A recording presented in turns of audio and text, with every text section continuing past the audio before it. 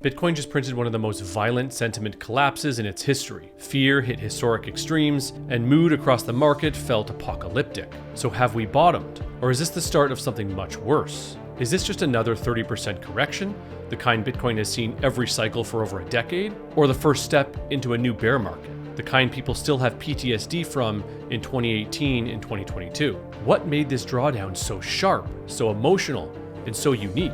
And if this cycle is already behaving differently from every prior cycle, why are so many people convinced the bear market will look the same? Today we're breaking down what exactly caused this sell-off, the macro context almost everyone is missing, and the psychological trap that made this correction feel far worse than it truly is. Welcome to No Second Best, the show where conviction meets reality and reality points straight to Bitcoin. I'm your host, Hurley. Now let's get into it. Bitcoin has sharply and dramatically fallen from its October high of $126,000 to $89,000 late last night. That's roughly a 30% drawdown, which is perfectly normal for Bitcoin in prior bull markets. But the reaction was anything but normal. Sentiment completely collapsed to a historic fear index of 10, lower than the FTX collapse bottom in 2022, and lower than the COVID liquidity crash in 2020. Let's zoom out a bit. There have been three major corrections in this cycle, each around 30%, and each one has been faster than the last. The August 2024 correction took almost 5 months. The one in April of this year took 77 days, and this one took only 42 days from peak to panic. Simply put, compressed corrections do lead to compressed fear, and that's exactly what we saw. But to understand why this felt so catastrophic, we need to step back, because this entire year hasn't been a typical bull cycle at all.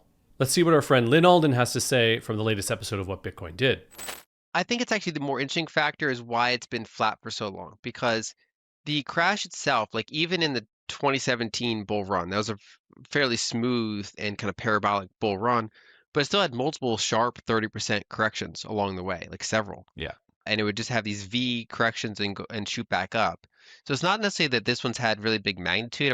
We touched like 75K back in April, for example. It's not really the size of the corrections, it's more of the length of time of lasting in the state. So the fact that we were 100K in November of last year, and after a year we're basically flat, and now we're down to some extent. That's, I think, the more noteworthy item. So I don't really view Bitcoin as crashing. I view it as basically stagnating at this time. I think that's the more noteworthy event. There's a lot of factors that can go into that. I think that liquidity is a factor. So we do have tighter liquidity now.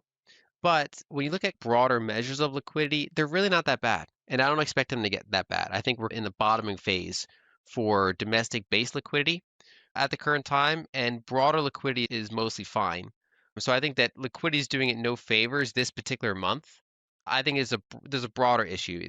It's AI potentially sucking some kind of capital enthusiasm away from Bitcoin as a fastest horse narrative. Obviously, gold has had a really good year. And then there's also, to some extent, the disillusionment with the other catalysts for Bitcoin. And for example, one of the most popular questions I got on Bitcoin podcasts in early this year was, what do you think about a sovereign Bitcoin reserve? And I found that the most boring question. People had to ask it, but I found it, and I even said it a couple times, that it was like the most boring question because one, as far as ethos of Bitcoin, I find the decentralized aspects way more interesting than what is the nation state going to do with it.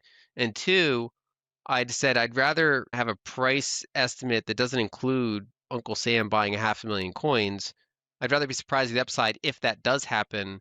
I think a decent chunk of Bitcoiners were really bullish on that outcome, really bullish on a lot of things. And then when those expectations don't really align, even though it's otherwise a pretty good environment for Bitcoin, especially looking over 2-3 years rather than just the 12-month period, they start to get deflated expectations. And then lastly, because it's had this pretty small sample size of this 4-year cycle behavior, so it peaked in quarter four 2021, it peaked in quarter four 2017, there are a lot of people saying it's probably going to peak here in quarter four of 2025, and therefore they sell it preemptively and create a self-fulfilling prophecy. I think that the halving cycles no longer are particularly relevant. I don't think even last cycle they were particularly relevant. I think they happen to correlate with the liquidity cycle. I think they certainly were relevant.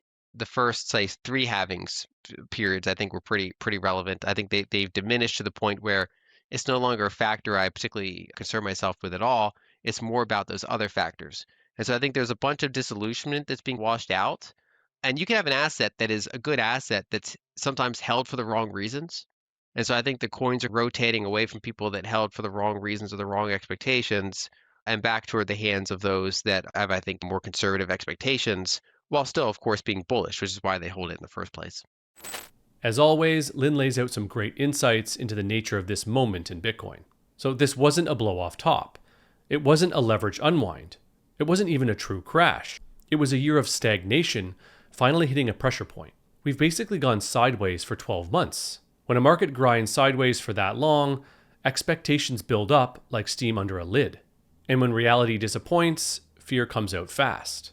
When you combine flat price action with tight liquidity and high expectations, you get exactly the kind of air pocket we just lived through. And those expectations, man, were they high. As Lynn reminds us, everyone came into this year expecting sovereign Bitcoin reserves, massive ETF flows, political catalysts, new regulations, some kind of this is it mega boom moment. And none of that materialized, or at least not in the way people imagined. And as Lynn pointed out, we haven't had any euphoria. We didn't have any of the stuff you need for a cycle blow off top. But then people remember 2017. They remember 2021. We all expected a Q4 peak purely out of habit. And so when the price dipped hard, all that halving cycle muscle memory kicked in at once. I think this is a huge reason why the correction felt so frightening. So are we entering a bear market? Well, let's think about that for a second. If this bull market hasn't looked anything like the previous one, which it hasn't, then why would a bear market look the same? There was no retail mania, no insane leverage, no altcoin casino season, no explosive blow off top. Nothing remotely resembling the setup that led to the 70 to 80% drawdowns of the past. And this isn't my opinion. It's just an honest, objective read of the data. And Lynn Alden takes it one step further. The bullish part, I would say, is that there's no particular reason to believe that there's a 4-year cycle intact. We haven't hit euphoric levels this cycle compared to prior cycles. Therefore, there's less of a reason to expect a major capitulation of sorts. That's famous last words, but basically you hit less euphoric highs, there's kind of less to potentially wash out. And I think as we return to a more pro-liquidity environment, and as some of the coins that were maybe held for the wrong reasons are already evacuated, I think the cycle could go on for longer than people expect because it's not driven by the halving. It's driven by broader macro and interest in the asset itself. This is the thing many people aren't ready to accept yet, but reality is staring us in the face. The halving cycle is no longer the engine of Bitcoin's price. It mattered when Bitcoin was small. It mattered when supply shocks dominated demand. But today, the asset is too large, too integrated, too widely held, and too tied to global liquidity for a 4-year schedule to dictate anything. But that doesn't mean the halving is irrelevant. It's still a narrative-driven tailwind, but it's most definitely no longer steering the ship. Macro conditions are in the driving seat now. Liquidity and institutional flows. And Lynn's point about expectations is crucial. People who came in expecting a 10x this year panicked when they got a 20% sideways grind. People who expected the US government to ape in and buy 1 million coins panicked when it didn't happen. People who expected a Q4 rocket ship panicked when Bitcoin stalled. So this drawdown has nothing to do with fundamentals and more about a collective psychological misread of the cycle. So let's talk about the environment we're in. Liquidity, the thing that actually drives big moves in Bitcoin, hasn't turned yet. PMI is still below 50. The copper to gold ratio is bottoming. Risk appetite is suppressed. This is the longest contraction in the modern PMI dataset. Yet Bitcoin pushed to an all-time high inside that contraction. That alone tells you how different this cycle already is. Meanwhile, gold had a monster year, and AI sucked up every marginal dollar of speculative energy. And this one is pretty shocking. Short-term Bitcoin holders have gotten obliterated in this dip. 95% of them are underwater at the $89,000 bottom. The worst reading we've ever seen on that metric. Add in the unwinding of the MSTR BTC arbitrage, which is a real structural flow that few understand, and you had the perfect recipe for a sharp, fast, and emotional drop. And let's just step back for a moment, because all of this happened right as block 924,025 was mined yesterday, which was the moment Bitcoin crossed one of the most profound thresholds in its history. 95% of all Bitcoin that will ever exist has now been mined. It's already on the market. That leaves the final 5% of supply to be mined slowly and predictably over the next 114 years. Just let that sink in. the most finite asset on Earth, selling off into a liquidity contraction at the exact moment its issuance curve is tightening towards its final, irreversible limit. Harvard sure gets it. They increased their Bitcoin exposure by 237% last quarter.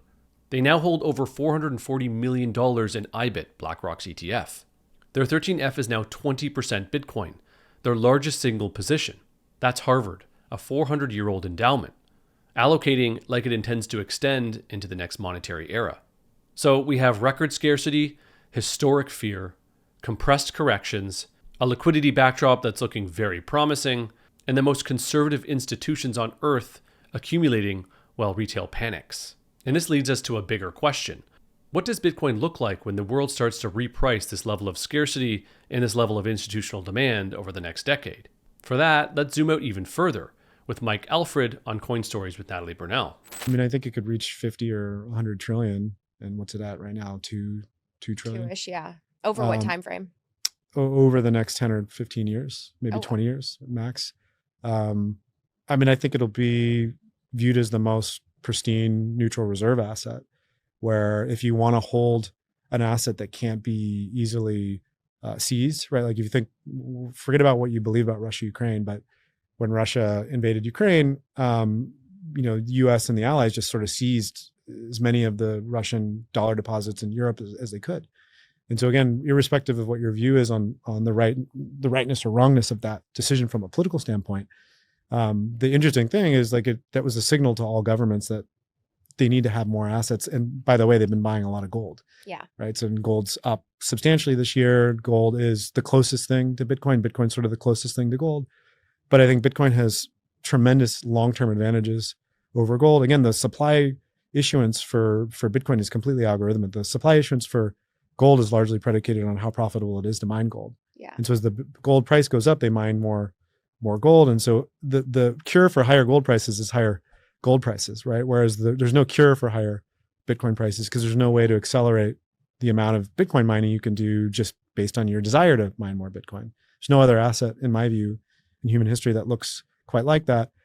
So yeah, over 10, 15, 20 years, I have zero concern about Bitcoin's monetization pathway. I just think people are in a rush and everybody claims that they're really a hodler and they're really long-term in orientation, but people also want to put food on the table and they want to buy a new car. And it turns out that not everybody wants to have one chair and one mattress, right? In their rental apartment. Like some people have kids and some people want to take a trip and some people want to retire from their job. And, there's a lot of shaming about that for whatever reason in the Bitcoin community, but I'm more of a realist. Like I know people are going to do that. So I always advise people buy the amount of Bitcoin that you can hold forever.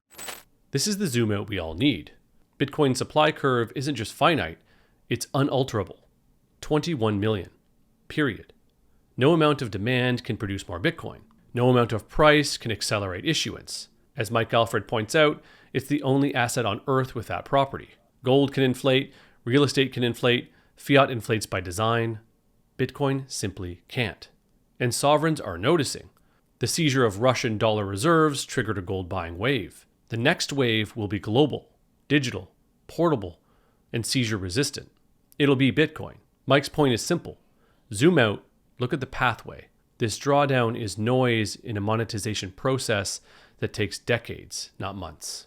So if you're navigating this moment as a high net worth individual, a family office, or you're responsible for capital with a long time horizon, you know exactly how important that big picture view is. And that's where Swan Private comes in. Swan Private helps serious investors build durable, long-term Bitcoin strategies, from custody to inheritance planning to tax loss harvesting. Our team works with families, institutions, and professionals who aren't here to trade a cycle. They're here to accumulate generational wealth. If that's you, visit swan.com/nosecondbest to learn more and chat with a member of the team today. So where does all this leave us? We're in a market that just flushed out weak hands. A market that panicked because expectations were unrealistic. A market that's been stagnant for a year. Light on liquidity, but strong on fundamentals. A market that's already behaving differently from every prior cycle. And so why should we expect it to follow the script people are afraid of? The logic becomes clear when the panic fades. Liquidity is just starting to recover after a historic downtrend. Adoption is broadening relentlessly. Structure is strengthening, and behind all the emotions, the long-term path hasn't changed at all. But I'm curious what you think. Are there reasons behind this correction that you see that I didn't hit on here? Do you think we've bottomed? Drop your thoughts in the comments. And if this brought some clarity to a chaotic week, hit like, subscribe to the channel, and share it with someone who could use a little logic to cut through the fear. Thanks for watching, and remember, there is no second best money.